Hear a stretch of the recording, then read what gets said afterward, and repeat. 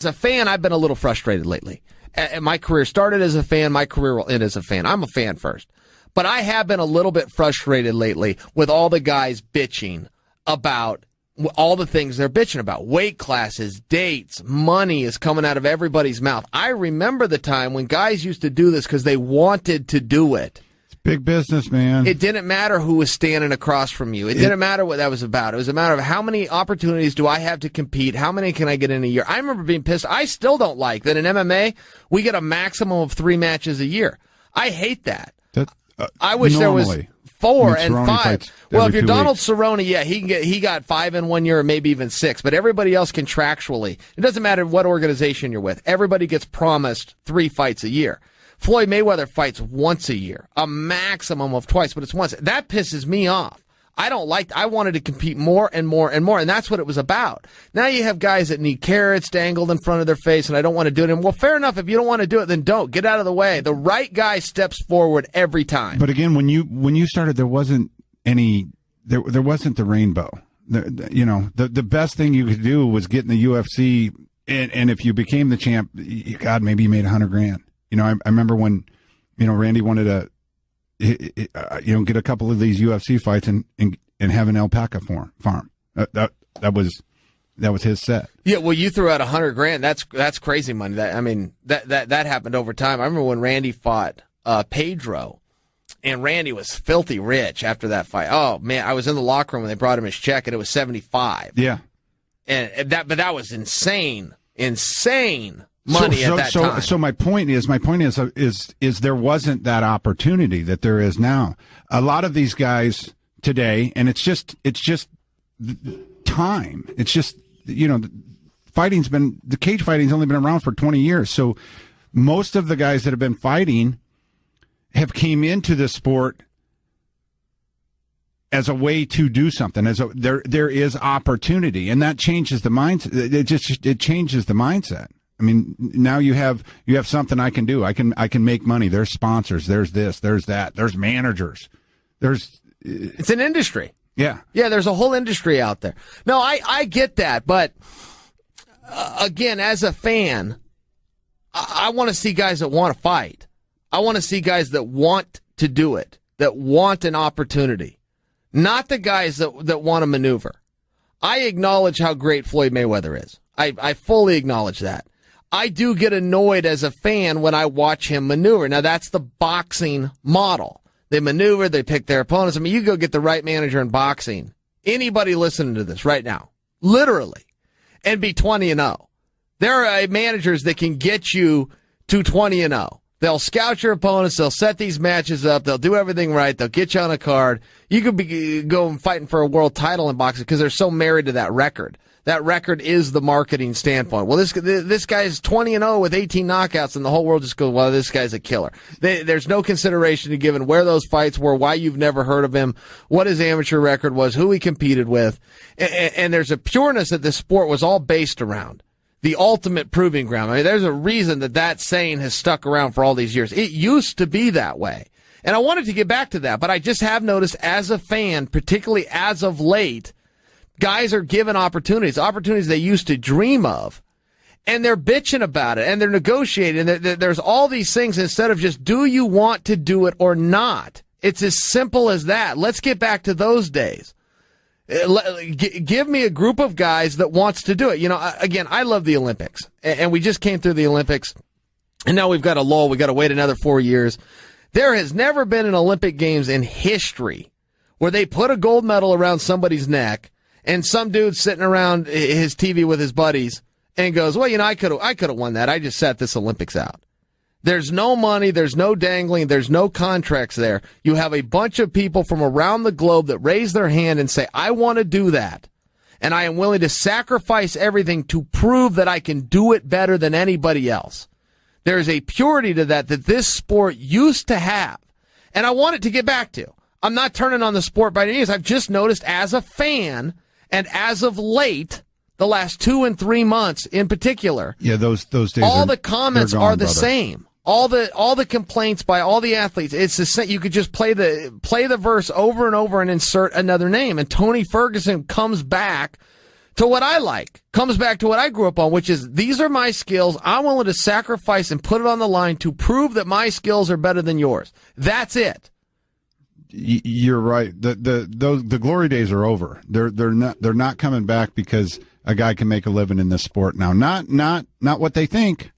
You know, this isn't the NFL. I mean, if you want to be rich, you need to become a legend, or you need to get that strap, a couple straps. So it's just there's a different landscape. I still love it. I mean, I still love it. But again, I mean, we're a podcast. We're talking about this stuff all the time. We're fans of this sport.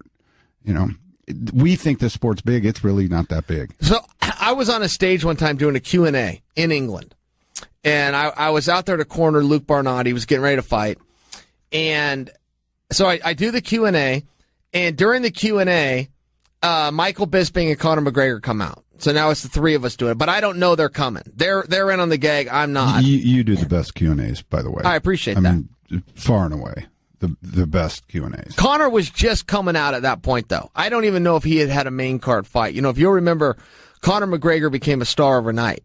He had one fight. It was an undercard. He knocked the guy out. He grabbed the mic.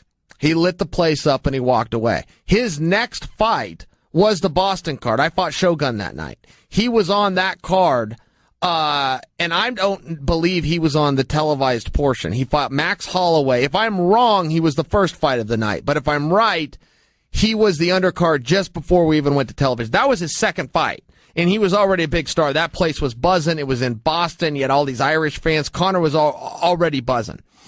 Where I'm going with this is when he came onto that stage that day. So it was he, myself, and Bisping on the stage. Some fan asked about the business side of it, and Conor stepped forward. Conor, every other time in that Q&A, deferred to Bisping and I, and he only spoke if we looked at him and was kind of like, hey, kid, go ahead. It's just where he was at in his career, right? He's very respectful. He's very nice. This is the way it happened, though. And he stepped forward on that question, and he goes right into his microphone, and he says, somebody asked him about the money. And he goes, you don't do it for the money. He cut the guy off. He goes, you don't do it for the money. Leave the money out of it. This is about sport. He was saying everything that I'm now telling you today I've been frustrated about. He said, this is about opportunity. This is about competition. This is about putting your skills against the other guy's skills. Now, this is before, he was a star and he came into everything. But that was his mindset. And this is only in 2013. So we're not going back all that far. I mean, essentially in MMA, Matt, that was yesterday. That was 4 or 5 fights ago. So even he came from that same perspective. Everybody did. All of the greats, none of them got into it for the fame or the money. They got into it for what Tony was talking about. Anyone, anywhere, anytime, I'm working my ass off, my skills versus your skills, and whoever wins, we accept the outcome and we walk away. But that's what the sport used to be like. And I'm just saying, as a fan, I have noticed a turn, particularly as of late. Tyron Woodley won the belt.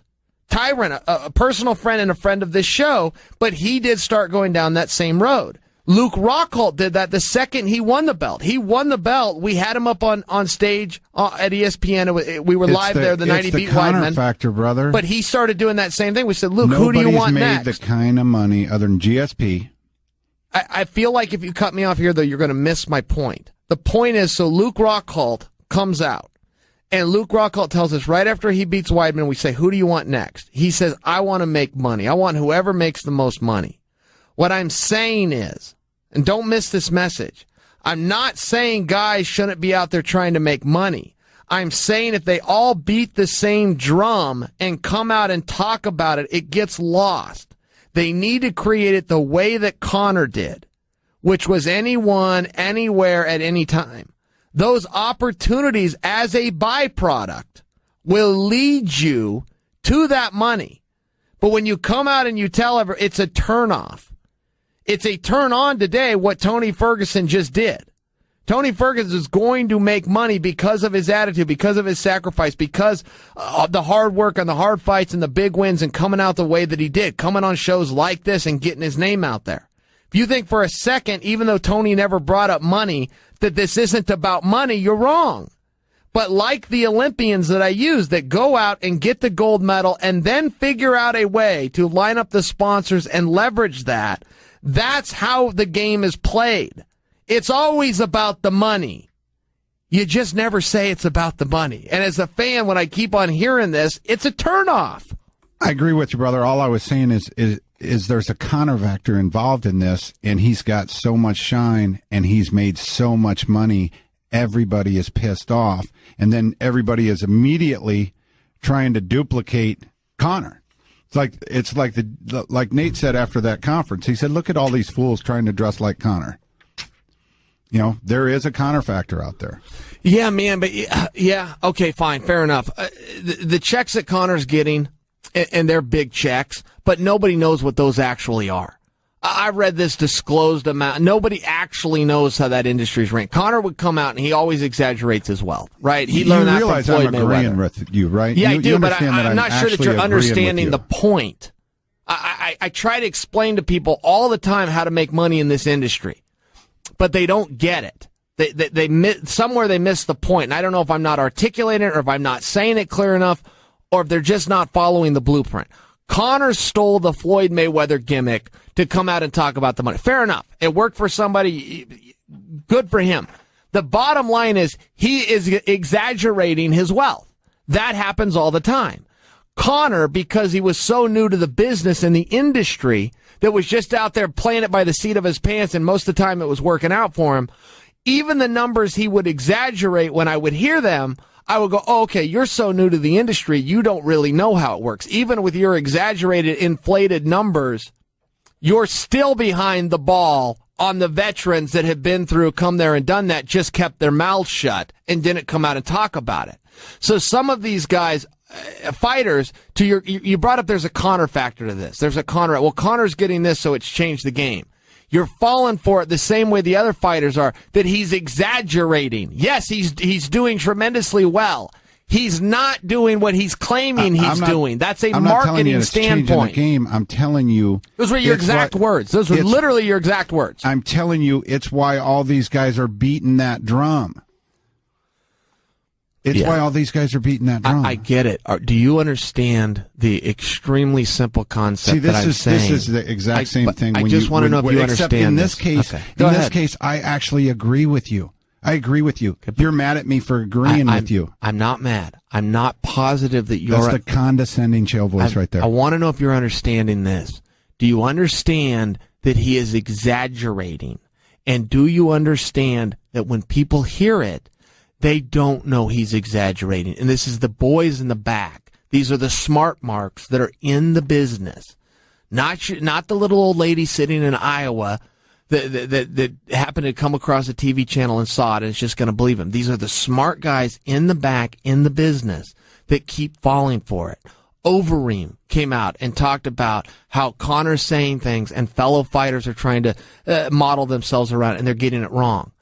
Mousasi just came out and said, hey, these aren't true. And it's not. He's marketing. Even with the condescending Chael voice, but when you're saying there's a Conor, with you. But you're saying there's a Conor factor.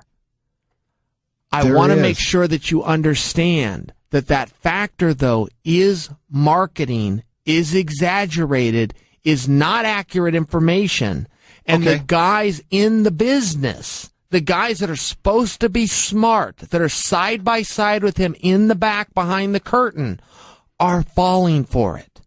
And it's not true. It's just not true. Okay. Do you understand that? What do you want me to say here? I want to know if you understand. If you were to grab somebody and manage their MMA career, do you know how it works? It's shocking to me how many people in this space don't know how MMA works. It's infuriating to me to listen to guys who want to make money come out and show what they're trying to do, which is make money. It's like a guy who's taking a girl on a date. You don't need to show her your hand beforehand. Buy her dinner. Treat her nice.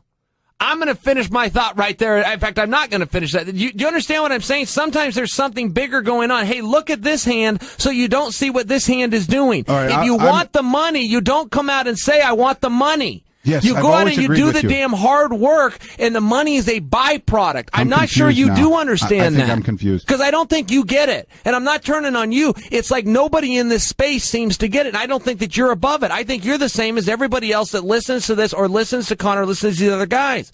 I've heard managers go in, and I scratch my head and go, hey, do you guys not talk to each other? Do you guys really not know how this is ran? Do you really not know what to ask for when you're in these meetings? Do you really not know how the ratings work and the pay-per-view buys work? Do you really not know how to negotiate with the sponsors? Do you not understand that these have to be elastic and they have to move as the target moves and as the pay-per-view buys come in or the TV rating buys come in? Do you not understand what carve-outs are and equal nations clauses are? Do you not even understand this language to go out and speak it? As I'm sitting here with you, and I'm not yelling at you, just towards you. Sounds like it. But I don't think you know either. I think you come on with your opinion a lot of times and say it like it should be right. And I scratch my head sometimes and go, bro, you're sitting side by side with the biggest brain this industry's ever seen. And I reveal the curtain for you.